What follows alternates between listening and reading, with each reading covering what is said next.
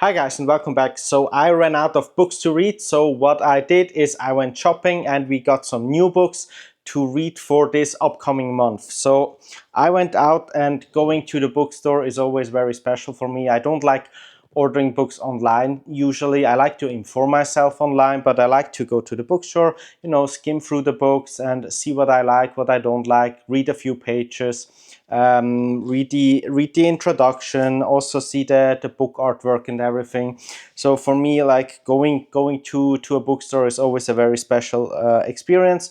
And what I came back with for this month is 4 books that I'd like to introduce, talk about in this video, and kind of think about what I feel these books are going to be about and why I kind of picked these books. So 4 books may not sound like a lot. I know that there are a lot of people out there making videos with book hauls of 30, 40, 50 books for a month.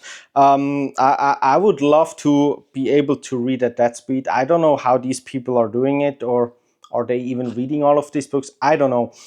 For me, 4 books, this is about what I can do in a month, considering that I will also reread some books, that I will listen to some audiobooks, but like physical books, 4 is about what I can do in a month comfortably, without pushing myself, without stressing myself, and still enjoying reading actually. But yeah, let's get into what I picked for this month. There's some very exciting books in here. I'm really looking forward to these. So let's see, where do we start? Okay, here we go. So the first book I picked was by Andre Ackerman, Room on the Sea, it's called, Room on the Sea, and it's just recently been published. It's a new one. So Andre Ackerman, of course, the bestseller author of Call Me By Your Name, which I haven't read yet though, but I got into Andre Ackerman's writing last year with The Gentleman from Peru, which I absolutely loved, because this book was like a nice little summer read, but it was also a love story and with kind of a magical twist. So I'm hoping that I will get something similar here. It's a short book again. I'm hoping to get like a nice little exciting love story with a special twist, with something magical happening in there. Something that is just some nice light poolside reading for the summer basically. So that's what I'm hoping here for. So let's read quickly what is this about. Have you ever had the sense that maybe all lives are nothing more than the choices of countless thinking might have beens that continue to haunt us? So this sounds very exciting, and I did start on this one. I've read a few pages already, and I think it's gonna be a magical book. I think it's gonna be a very interesting story. I mean, it's amazing. The couple in here, they don't have some kind of meet cute, at least if that is going to be the couple in this book. But the 2 people that we get to know in the beginning of the book, they actually meet at the courthouse for jury duty basically. They seem to be having full lives with families and kids and wife and husband. So I'm curious to see how these 2 characters and their lives will intertwine in these only about 150 pages. But yeah, very excited for Andre Ackerman's Room on the Sea. Let me know in the comments below if you read it, what do you think about this book. But yeah, that's the first one that I'm gonna read. So next up is something that caused a little bit of controversy on this channel, and it is a Stephen King book. It's the new Stephen King book, Never Flinch, which I am planning to read, and I'm absolutely looking forward to read. But as I mentioned in some of my other videos, I'm not a big fan of Stephen King. Most of the books that I tried reading from him, I did not really enjoy. The one real exception is Holly, which I read last year. And this book here is another Holly Gibney book. And I believe there are 4 now. I've only read the one last year, Holly. But I really, really enjoyed the character last year, the horror story and the crime and detective kind of storyline that we had in Holly last year. And I'm hoping this one will be something similar. I mean, if the character is there, I already like her. So I'm hoping for some dark horror crime kind of plot here, and then I'm happy with this one, because this is one of the few Stephen King storylines or character lines that I actually enjoy.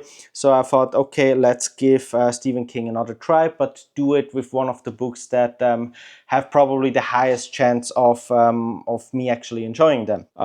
So it says here also on the cover, hold your nerve, face your fears. Very interesting. Also this book artwork, just beautiful. I think I really like this.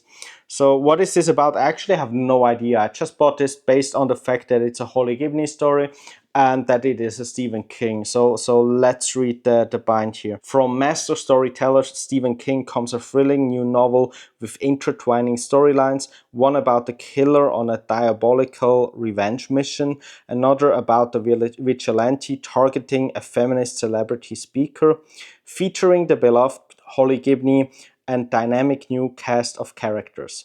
So this sounds very interesting, beautiful. I think I'm gonna like this.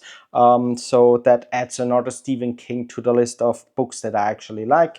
Yeah, looking forward to this one. So up next is a book that I've seen a few times in a bookstore, but never bought so far. But this time I thought, okay, now is the time, and it is Water Moon by, let me read this, Samantha Soto Yambao.